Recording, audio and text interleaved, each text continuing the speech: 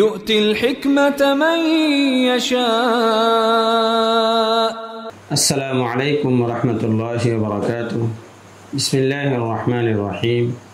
نحمده ونصلي على رسوله الكريم. أما بعد. এই দরসে আমরা আলোচনা করব হাদিস তাসহিহ এবং তাজঈফের তিনটি কায়দা, 3 নম্বর, 4 নম্বর এবং 5 নম্বর কায়দা। 3 নম্বর কায়দা হলো, অনেক সময় দেখা যায় একটি হাদিস এবং একজন রাবির ব্যাপারে মুহাদ্দিসিন কিরামের মতামতের মধ্যে ভিন্নতা লক্ষ্য করা যায়। একটি হাদিসকে কোনো একজন মুহাদ্দিস সহিহ বলেন আর একজন জয়ীফ বলে থাকেন। একটি হাদিসকে একজন মুহাদ্দিস সহিহ বলেন, অন্যজন জয়ীফ বলেন।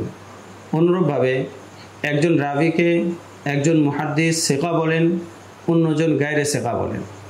এরকম মতভিন্নতার ক্ষেত্রে আমরা কার কথাটাকে গ্রহণ করব, এ সম্পর্কে আল্লামা আব্দুল হাই লখনবী রহমতুল্লাহি আলাইহি আল আজবিবাতুল ফাজিলা গ্রন্থে বিস্তারিত নিয়ম উল্লেখ করেছেন।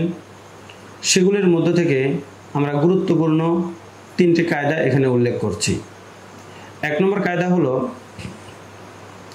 যদি দুইজন মুহাদ্দিস কোনো একটি হাদিস বা রাবির ব্যাপারে ইখতিলাফ করেন এবং সেই দুইজনের মধ্যে থেকে একজন যদি মুতাসাহিল এবং আরেকজন মুহতাত হন, তো যিনি মুতাসাহিল বা দুর্বল নরম স্বভাবের আর যিনি মুহতাত বা সতর্কতা অবলম্বন করেন, এক্ষেত্রে মুহতাত মুহাদ্দিসের কথা গ্রহণযোগ্য হবে। উদাহরণস্বরূপ, একটি হাদিসকে ইমাম হাকিম রহমতুল্লাহি আলাইহি সহিহ সাব্যস্ত করলেন আর সেই হাদিসটিকেই ইমাম যাহাবী রহমতুল্লাহি আলাইহি জয়ীফ বললেন, তাহলে ইমাম যাহাবীর কথাটি গ্রহণযোগ্য হবে। অনুরূপভাবে ইমাম ইবনে হিব্বান কোনো একটি হাদিসকে সহিহ বললেন আর অন্যরা সেই হাদিসটাকে জয়ীফ বললেন, তাহলে এখানে ইবনে হিব্বানের কথাটা গ্রহণযোগ্য হবে না, অন্যদের কথাটাই গ্রহণযোগ্য হবে। 2 নম্বর পদ্ধতি হলো, যদি দুইজন মুহাদ্দিস কোনো একটি হাদিস বা একজন রাবির ব্যাপারে ভিন্ন ভিন্ন মতামত পোষণ করেন এবং সেই দুইজনের মধ্যে থেকে একজন মুতাসাদ্দিদ কঠোর স্বভাবের হন আর একজন মুতাদিল স্বাভাবিক এবং সঠিক স্বভাবের হন, তাহলে সেক্ষেত্রে মুতাদিল মুহাদ্দিসের মতামতটাই গ্রহণযোগ্য হবে। যেমন, যদি কোনো একটি হাদিসকে ইবনুল জাওজি রহমতুল্লাহি আলাইহি জয়ীফ বলেন আর সেই হাদিসটিকে হাফিজ ইবনে হাজার আসকালানি অথবা হাফিজ যাহাবী রহমতুল্লাহি আলাইহি সহিহ বলেন, তাহলে ইবনে হাজার এবং হাফিজ যাহাবী রহমতুল্লাহি আলাইহির কথাটাই গ্রহণযোগ্য হবে। আল্লামা আব্দুল হাই লখনবী রহমতুল্লাহি আলাইহি আইমে জরহ তাদিলের 4টি তবকা বর্ণনা করেছেন আর ইবনে হাজার আসকালানি রহমতুল্লাহি আলাইহি তাদের মধ্যে কে মুতাসাদ্দিদ এবং কে মুতাদিল সেটা নির্ণয় করেছেন। 1 নম্বর স্তর হলো ইমাম শুআবা এবং সুফিয়ান ইবনে সাওরি।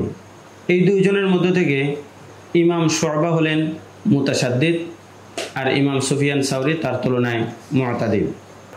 2 নম্বর স্তর হলো ইয়াহইয়া বিন সাঈদ আল কত্তান এবং আব্দুর রহমান ইবনে মাহদি। এই দুইজনের মধ্যে ইয়াহইয়া বিন সাঈদ আল কত্তান মুতাসাদ্দিদ। 3 নম্বর স্তর হলো ইয়াহইয়া বিন মাঈন এবং আলী ইবনুল মাদিনী। এই দুইজনের মধ্যে ইয়াহইয়া বিন মাঈন মুতাসাদ্দিদ। 4 নম্বর স্তর হলো ইমাম আবু হাতেম রাজি এবং ইমাম বুখারী।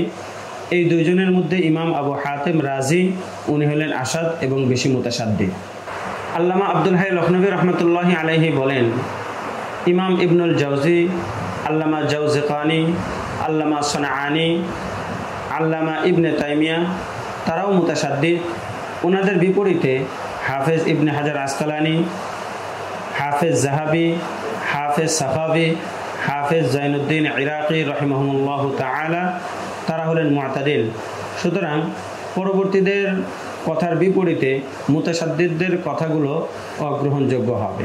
3 নম্বর পদ্ধতি, যদি কোনো হাদিস বা রাবির ব্যাপারে মুহাদ্দিসিন কিরামদের মাঝে মতানৈক্য দেখা যায়, তাহলে সেক্ষেত্রে উভয়ের দলিল সম্পর্কে চিন্তা গবেষণা করে যার দলিল অধিক শক্তিশালী মনে হবে তার কথাটাকেই তারজিহ দিতে হবে। তবে এই কাজটা শুধুমাত্র সেই ব্যক্তিই করতে পারবেন হাদিস শাস্ত্রের প্রত্যেকটি বিষয়ে যার গভীর জ্ঞান এবং অগাধ পাণ্ডিত্য রয়েছে। তাসহিহ এবং তাজঈফের ৪র্থ নম্বর কায়দা হলো যে কোনো হাদিসের তাসহিহ এবং তাজঈফ করা এটা একটা ইজতিহাদি বিষয় এবং এই ব্যাপারে উলামায়ে কেরামের মধ্যে ইখতিলাফ হতেই পারে। আর মুজতাহিদদের মধ্যে যেহেতু একজনের ইজতিহাদ আর একজন মুজতাহিদের বিরুদ্ধে হুজ্জাত নয়, সুতরাং কোনো একজন মুজতাহিদের নিকট যদি কোনো হাদিস কাবিলে ইস্তেদলাল হয়, এর বিপরীতে অন্য কোনো মুজতাহিদের নিকট সেই হাদিসটা কাবিলে ইস্তেদলাল না হয়, তাহলে এর কারণে প্রথম মুজতাহিদের হাদিসটা দলিলটা অগ্রহণযোগ্য হয়ে যায় না, বরং সেটা আপন অবস্থায় নির্ভরযোগ্যই থাকে।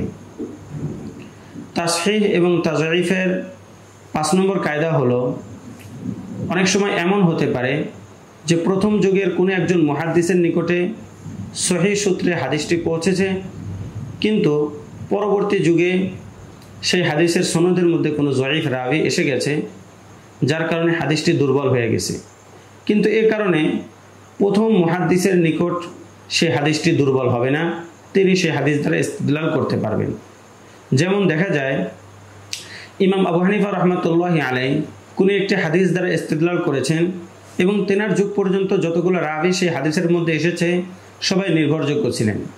কিন্তু ইমাম আবু হানিফার পরে সেই হাদিসটাকে ইমাম বুখারী রহমাতুল্লাহি আলাইহি দেখলেন যে ইমাম আবু হানিফার পরে সেই হাদিসের বর্ণনাকারীদের মধ্যে কোনো একজন দুর্বল রাবি এসে গেছে, এই কারণে উনি হাদিসটাকে জয়ীফ বললেন।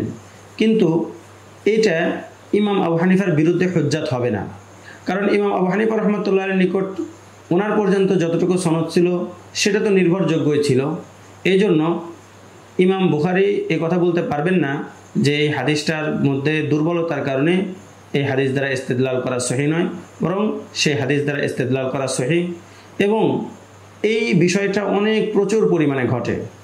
ইমাম আবু হানিফা রহমাতুল্লাহি আলাইহির নিকটে কোনো একটি হাদিস সহিহ সূত্রে পৌঁছেছে এবং তিনি সেই হাদিস দ্বারা ইস্তেদলাল করেছেন, পরবর্তীতে ওনার পরে সেই হাদিসের সনদের মধ্যে কোনো একজন দুর্বল রাবি এসে গেছে, যার কারণে সেই হাদিসটা দুর্বল হয়ে গেছে, কিন্তু এটা ইমাম আবু হানিফার বিরুদ্ধে হুজ্জাত হবে না।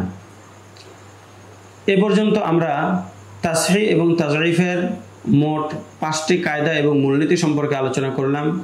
ইনশাআল্লাহ পরের ভিডিওতে আমরা আরও কিছু কায়দা সম্পর্কে আলোচনা করব ইনশাআল্লাহ তাআলা। আসসালামু আলাইকুম রহমতুল্লাহি ওয়া বারাকাতুহু।